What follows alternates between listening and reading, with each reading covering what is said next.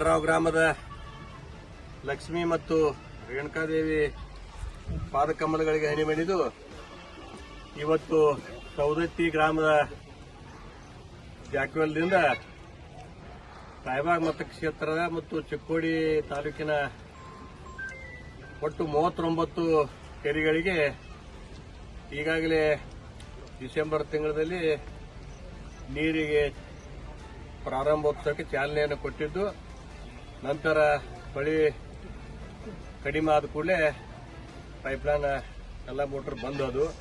ಈಗ ಮಹಾರಾಷ್ಟ್ರದಲ್ಲಿ ಮಳೆಯಾಗಿ ಕೃಷ್ಣಾ ನದಿ ತುಂಬಿ ಹರಿಯುತ್ತಿದ್ದರಿಂದ ಈಗಾಗಲೇ ನಾವು ಮೊನ್ನೆ ಒಂದು ವಾರದಿಂದ 39 ಕೆರೆಗಳಿಗೆ ಚಾಲನೆಯನ್ನು ಕೊಟ್ಟಿದ್ದು, ಈಗ ಮೊದಲೇ ಕೆರೆ ನಮ್ಮ 39 ಕೆರೆಯೊಳಗೆ ಮೊದಲೇ ಕೆರೆ ಅಡ್ರಾವ್ ಕೆರೆ ಇವತ್ತು ತುಂಬಿದ್ದು. ತಾಯಿಯ ಗಂಗಾ ಮಾತೆಗೆ ನಮ್ಮ ರಾಯಬಾಗ್ ಮತಕ್ಷೇತ್ರದ ಎಲ್ಲ ಗುರು ಹಿರಿಯರು ಯುವಕರು, ಅಡ್ರಾವ್ ಗ್ರಾಮದ ಗುರು ಹಿರಿಯರು ಯುವಕರು ಎಲ್ಲರೂ ಕೂಡ್ಕೊಂಡು ಇವತ್ತು ತಾಯಿ ಗಂಗಾ ಮಾತೆಗೆ ಪರಡಿಗೆಯನ್ನು ಬಿಟ್ಟು ಆ ತಾಯಿಗೆ ನಮಿಸಿ ಆಶೀರ್ವಾದವನ್ನು ಪಡ್ಕೊಂಡಿದ್ದೆವು.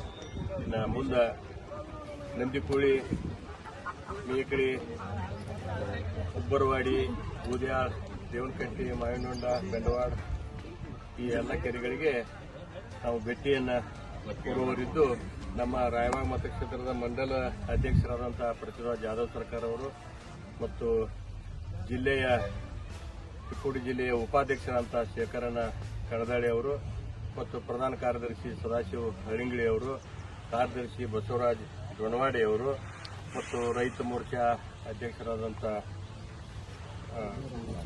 ರಾಜವನ್ನ ಚೌಲಾ ಅವರು ಮತ್ತು ಅಡ್ರಾವ್ ಗ್ರಾಮದ ಹಿರಿಯರಾದಂಥ ಕಲ್ಲಪ್ಪನ ನಿಂಗನೂರಿ ಅವರು ಮತ್ತು ಇನ್ನುಳಿದ ಎಲ್ಲ ಸುತ್ತಮುತ್ತಲಿನ ಗ್ರಾಮದಿಂದ ಆಗಮಿಸುವಂಥ ಎಲ್ಲ ಗುರು ಹಿರಿಯರು ಮತ್ತು ಬಿಜೆಪಿ ಪಕ್ಷದ ಎಲ್ಲ ಪದಾಧಿಕಾರಿಗಳು, ಯುವಕ ಮಿತ್ರರು ಮತ್ತು ನಸಲಾಪುರ ಗ್ರಾಮದ ಯುವ ನಾಯಕರಾದಂಥ ಬುಣಾಣಿ ಸಾವುಕಾರರು ಎಲ್ಲರೂ ಇವತ್ತು ಭಾಗಿಯಾಗಿ ಇವತ್ತು ತಾಯಿ ಅಡ್ರಾವ್ ಗ್ರಾಮದ ಕೆರೆಗೆ ಎಲ್ಲರೂ ಕೂಡ್ಕೊಂಡು ಬಾಗಿನನ್ನು ಅರ್ಪಿಸಿದೆವು.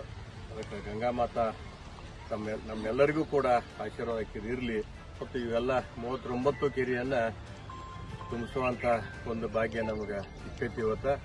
ಅದಕ್ಕೆ ನಿಮ್ಮೆಲ್ಲರಿಗೂ ಈ ಬಂದಂಥ ಎಲ್ಲ ಗುರು ಹಿರಿಯರಿಗೂ ಯುವಕರಿಗೂ ತಾಯಂದರಿಗೂ ಕೂಡ ನಮಸ್ಕರಿಸಿ ಎಲ್ಲರಿಗೂ ನಮಸ್ಕಾರ. ಜೈ ಹಿಂದ್, ಜೈ ಕರ್ನಾಟಕ.